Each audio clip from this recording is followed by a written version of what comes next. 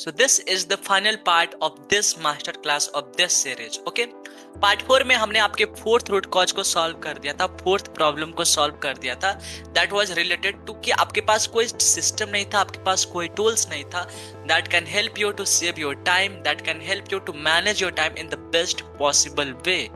Okay, और इस problem को भी हमने सॉल्व कर दिया था in the part 4 of this master class. Okay, and now in this part 5 of this master class हम आपकी फिफ्थ रूट कॉज को सॉल्व करने वाले हैं, फिफ्थ प्रॉब्लम को सॉल्व करने वाले हैं, जो ये है कि आपको टाइम मैनेजमेंट से रिलेटेड बहुत सारे कॉन्सेप्ट पता है, आपके पास एक पर्पज है, आपके पास टूल्स भी है, सिस्टम्स भी है, आपको राइट टाइम मैनेजमेंट टेक्निक्स भी पता है, बट स्टिल आप लोग सफर करते हो, आप लोग बर्नआउट हो जाते हो, आप लोग स्ट्रेस में हो जाते हो व्हाइल मैनेजिंग योर टाइम।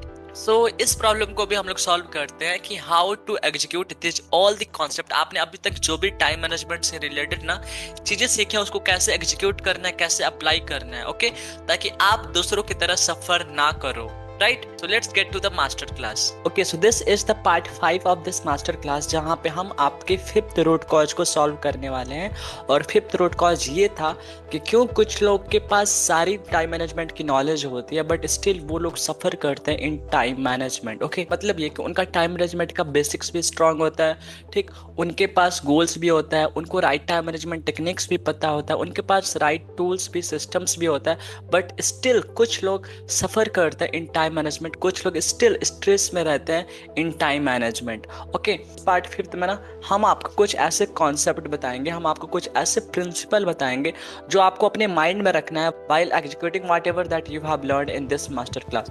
आप जो भी इस मास्टर क्लास में सीखे हो ना, आप उसे जब अप्लाई करोगे, जब उसे एग्जीक्यूट करोगे, तो अभी जो भी हम लोग ये कॉन्सेप्ट सीखेंगे ना, आपको उसे अपने ध्यान में रखना है, आपको उसे अपने माइंड में रखना है, और ये सारे अपने चीज़ें माइंड में रख के उसके बाद आप जो भी सीखे उसे अप्लाई करना है।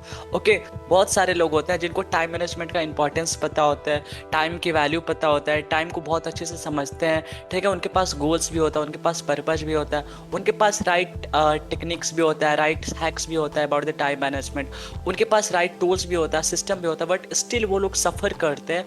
और वो लोग क्यों सफ़र करते हैं? बिकॉज वो लोग ये सारे प्रिंसिपल, ये सारे कॉन्सेप्ट मिस करते हैं जो हम लोग अभी डिस्कस करने वाले in this part 5 of this master class. ठीक है, सो here is the concept number 1, that is balance is bullshit. Okay, so you need to understand this, that imbalance input create imbalance output। मतलब ये कि अगर आपको अपनी लाइफ में ना इनबैलेंस आउटपुट चाहिए, आपको अपनी लाइफ में बहुत ज़्यादा प्रोडक्टिव बनना है, बहुत ज़्यादा ग्रोथ करना है, तो आपको बैलेंस वाली जो चीज़ें हैं ना, इसको भूलना होगा। बिकॉज जब आप इनबैलेंस इनपुट दोगे, इनबैलेंस एक एफर्ट्स डालोगे, तभी आपको इनबैलेंस आउटपुट मिलती है।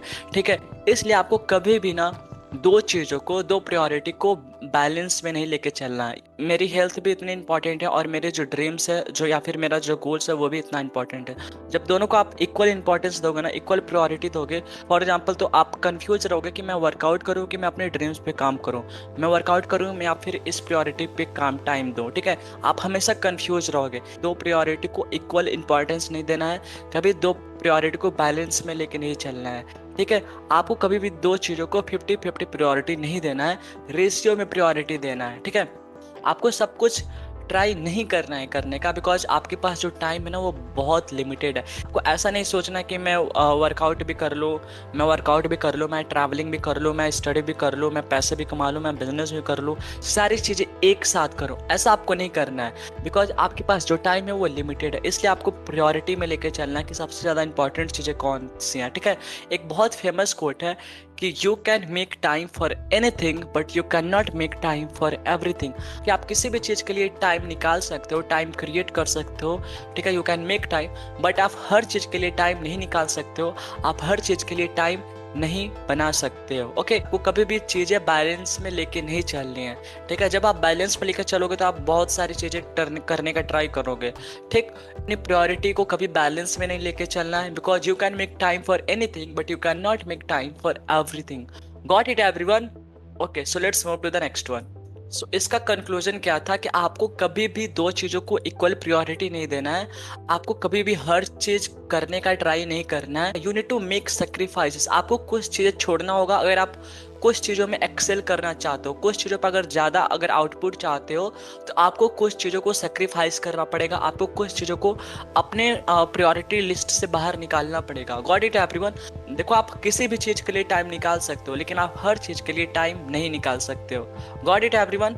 सो now let's move to the concept number 2, that is 3A principle. ठीक है, जो 3A प्रिंसिपल है ना, ये 3 स्टेप्स में है। Okay, the first one is act. ठीक है, सबसे पहले आप जो भी चीज़ें इस मास्टर क्लास में सीखे हो ना, आपको वो सारी चीज़ें अप्लाई करनी है। ठीक है, तो जनरली लोग ऐसा करते हैं, ठीक है, मतलब कुछ लोग सारी चीज़ें अप्लाई करते हैं और कुछ लोग नहीं करते हैं। ठीक है, तो जो कुछ लोग फेल होते हैं टू एग्जीक्यूट टू अप्लाई, यहाँ पे मैं एक ट्रिक्स बताता हूँ जो पर्सनली मैं यूज करता हूँ, कि आपकी जो बॉडी है वो मूव करना चाहिए before you have chance to think. Okay, for example कि जब आप काम करने बैठो, तो इससे पहले कि आप सोचो, इससे पहले कि आपका माइंड सोचे, आपका जो बॉडी है ऑटोमेटिकली मूव करना चाहिए। आपका हाथ ऑटोमेटिकली आपके फ़ोन पे जाना चाहिए, ऑटोमेटिकली नोटिफिकेशन ऑफ हो गया, ऑटोमेटिकली आप फ़ोन को किसी और रूम में रख दिए, ऑटोमेटिकली आपकी बॉडी मूव कर रही है और आप अपनी डोर क्लोज कर दे रहे हो। ठीक है, आप समझ रहे होना चाहिए, मतलब कि आपकी जो बॉडी है वो ऑटोमेटिकली एक्शन लेना चाहिए before you have chance to think. This level of program you have to make in your mind. अगर आपको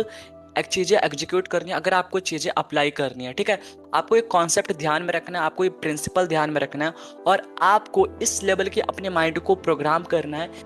आपकी बॉडी पहले मूव करे, आपकी बॉडी पहले एग्जीक्यूट करे, अप्लाई करे, इससे पहले कि आप उसे ऑर्डर दो, इससे पहले कि आपका माइंड सोचे। Got it everyone? So this level of programming you have to make in your mind, अगर आप चीज़ें हाई लेवल पे एग्जीक्यूट करना चाहते हो और अप्लाई करना चाहते हो। ओके, सो इसका कंक्लूजन ये है कि आपको सबसे पहले आप जो भी चीज़ें सीखे हो ना, इसे अप्लाई करना है, इसे एग्जीक्यूट करना है। Got it everyone? This was the steps number 1 and here is the steps number 2। Okay, देखो, सब कोई अप्लाई करता है, सब कोई एग्जीक्यूट करता है, ठीक, लेकिन अब दूसरी प्रॉब्लम कहाँ पे आती है ना, ठीक, लेकिन इसके बाद अप्लाई करने के बाद ना लोग अपना माइंड नहीं लगाते हैं। ओके, सो आपको अपना माइंड यूज करना है, आपको स्टेप्स नंबर 2 फॉलो करना है, दैट इज एसएस। ओके, आप जो भी चीज़ें यहाँ पे सीखे हो ना, आप उसे जब अप्लाई करोगे, ठीक है, तो आपको चीज़ें देखनी है और आइडेंटिफाई करना है कि कौन सी प्रिंसिपल्स काम कर रहे हैं, कौन से कॉन्सेप्ट काम कर रहे हैं और कौन से कॉन्सेप्ट नहीं काम कर रहे हैं। ठीक है, आपको 2 टाइप के फीडबैक मिलेंगे, एक होगा गुड फीडबैक, एक होगा बैड फीडबैक।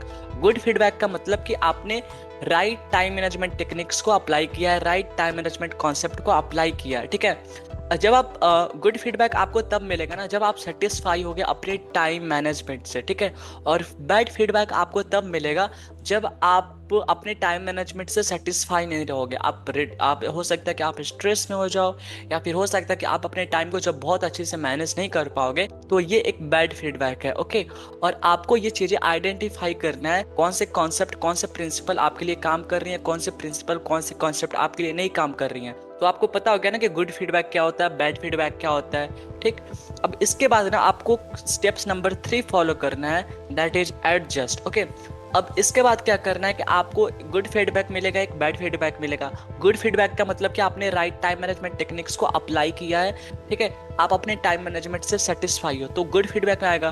तो गुड फीडबैक को कैसे एडजस्ट करना है? गुड फीडबैक में आपको जो आप चीज़ें अप्लाई कर रहे हो, जो आप कॉन्सेप्ट अप्लाई कर रहे हो, आपको वही कॉन्सेप्ट, वही चीज़ें आपको अप्लाई करते रहना है, बिकॉज आप अपने टाइम मैनेजमेंट से सेटिस्फाई हो। ठीक है, और जब आपको बैड फीडबैक मिलेगा ना, तो उसको कैसे एडजस्ट करना है? इसका मतलब कि आपने रॉन्ग कॉन्सेप्ट को अप्लाई किया है, इसका मतलब कि आपने राइट टाइम मैनेजमेंट टेक्निक्स को अप्लाई नहीं किया है, इसका मतलब कि हो सकता है कि आप जो भी चीज़ें सीखे हो आप उसको गलत तरीके से अप्लाई कर रहे हो, या फिर गलत कॉन्सेप्ट या फिर गलत टेक्निक्स अप्लाई कर रहे हो। ठीक है, तो आपको क्या करना है? आपको एक्सपेरिमेंट करना है। अगर ये टाइम मैनेजमेंट टेक्निक्स नहीं काम कर रहा है, तो आप दूसरा टाइम मैनेजमेंट टेक्निक्स वहाँ पे अप्लाई करके देखो, दूसरा कॉन्सेप्ट अप्लाई करके देखो, और एक्सपेरिमेंट करते रहो जब तक कि आपको एक गुड फीडबैक ना मिल जाए। ओके, सो अगर मैं इसको समराइज कर दूँ कॉन्सेप्ट नंबर 2 को, that is 3A principal. Okay, यहाँ इसमें 3 स्टेप्स हैं। पहला एक्ट, मतलब कि जो भी आप सीखे हो उसे अप्लाई करना है, एग्जीक्यूट करना है। ठीक, और सेकेंड स्टेप जो आपको करना है that is assess. Okay, so second steps जो आपको फॉलो करना है दैट इज एसेस। एसेस का मतलब कि आप जो भी चीज़ें सीखे हो आपको उसे अप्लाई करना है, आपको उसे एग्जीक्यूट करना है। ठीक, जब आप चीज़ें अप्लाई करोगे, जब आप चीज़ें एग्जीक्यूट करोगे तो आपको दो टाइप के फीडबैक मिलेंगे, एक होगा गुड फीडबैक, एक होगा bad feedback. Okay, good feedback तब मिलता है जब आप अपने टाइम मैनेजमेंट से सेटिस्फाई होते हो, और इसका मतलब कि आपने right time management techniques, right time management concept को अप्लाई किया है। ठीक, और बैड फीडबैक तब मिलता है जब आप रॉन्ग टाइम मैनेजमेंट टेक्निक्स को, रॉन्ग टाइम मैनेजमेंट कॉन्सेप्ट को अप्लाई करते हो, जब आप अपने टाइम मैनेजमेंट से सेटिस्फाई नहीं होते तो आपको बैड फीडबैक मिलता है। ठीक, अब उसके बाद आपको थर्ड स्टेप्स फॉलो करना है कि अगर आपको गुड फीडबैक मिला है तो आपको जो कॉन्सेप्ट अप्लाई कर रहे हो, प्रिंसिपल अप्लाई कर रहे हो, आपको वही करते रहना है। और जब आपको बैड फीडबैक मिल रहा है तो आपको चीज़ें चेंज करनी है। अगर आप जो कॉन्सेप्ट अप्लाई कर रहे हो उसके जगह पे कोई और कॉन्सेप्ट अप्लाई करो, जो आप प्रिंसिपल अप्लाई कर रहे हो, टेक्निक्स अप्लाई करो, उसको एक्सपेरिमेंट करते रहो, चेंज करते रहो, दूसरे कॉन्सेप्ट, दूसरे प्रिंसिपल्स अप्लाई करके। सो गॉट इट एवरीवन। देखो बहुत सारे लोग ना केवल अब फर्स्ट स्टेप्स फॉलो करते हैं दैट इज एक्ट। आपको केवल एक्ट नहीं करना है, आपको एक्ट भी करना है, एसेस भी करना है और एडजस्ट भी करना है।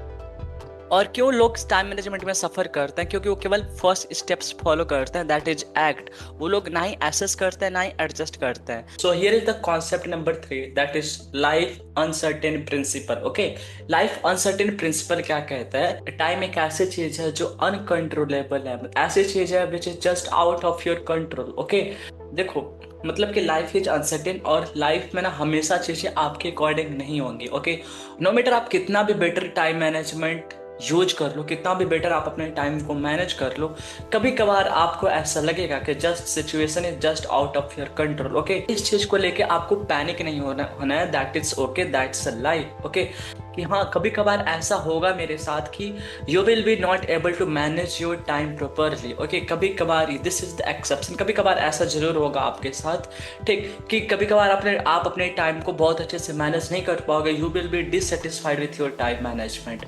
Got it? Sometimes you will not be able to manage your time properly. Okay, you will not be able to manage your time in a better way. कभी कभार ऐसा आपके साथ जरूर होगा, बिकॉज ये लाइफ है और लाइफ में चीज़ें हमेशा आपके अकॉर्डिंग नहीं होंगी। कभी कभार जो सिचुएशन होगा, जो टाइम होगा, just will be the out of your control. Got it everyone? So congratulations, you have completed this master class. 99% लोग इस master class को केवल start करते हैं but they don't complete, even they paid for it also. So thank you so much for completing the part 5, the final part of this master class. So I am confident कि इस master class के बाद आप कभी भी time management से related किसी चीज में सफर नहीं करोगे, right? So if you have any question, then you can ask in the comment. I will answer it. See you in another video with some new concept, with some another problem solving video. Okay? Thank you for watching. Keep learning, keep growing. Thank you for watching.